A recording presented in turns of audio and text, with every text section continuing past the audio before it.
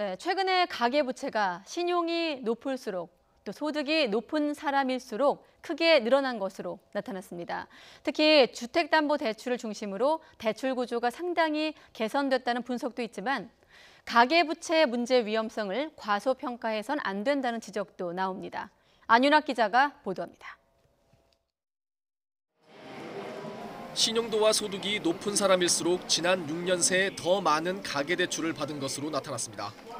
한국은행이 신용조회 회사에서 받은 100만 명 이상의 개인별 신용정보를 분석한 결과 올해 1분기 가계대출을 받은 사람은 1에서 3등급의 고신용자가 전체의 57%를 차지했습니다. 지난 2012년과 비교해 20% 가까이 증가한 건데 중신용과 저신용자는 그만큼 감소했습니다.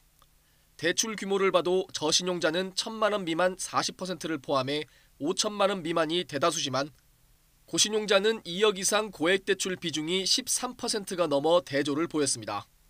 가계대출의 절반 이상을 차지하는 은행 주택담보대출도 같은 기간 고신용자에서 신규와 증액 대부분이 이루어졌습니다.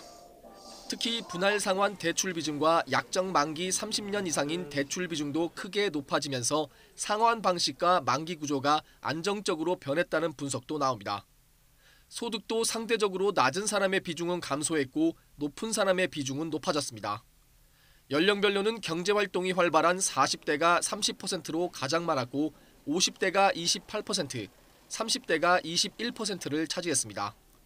과거 미국의 금융위기 전 모기지 대출의 상당 부분이 저신용자에 대한 대출이고 가계부채의 고령화 현상이 나타난 것과는 대조적입니다. 그러나 저소득, 저신용자의 가계대출 위험성을 간과해서는 안 된다는 지적도 있습니다. 소득이 적거나 신용등급이 낮으신 분들은 돈을 빌리기 더 어려워졌고 최근처럼 가계소득 증가세가 빠르지 않고 고용 상황이 위축되는 가운데서는 그런 분들이 상당히 어려움을 겪을 수 있거든요. 한국은행은 이 같은 내용을 포함해 가계부채 데이터베이스 분석 시스템을 구축해 다양한 미시경제 분석에 활용할 계획입니다. YTN 안윤학입니다.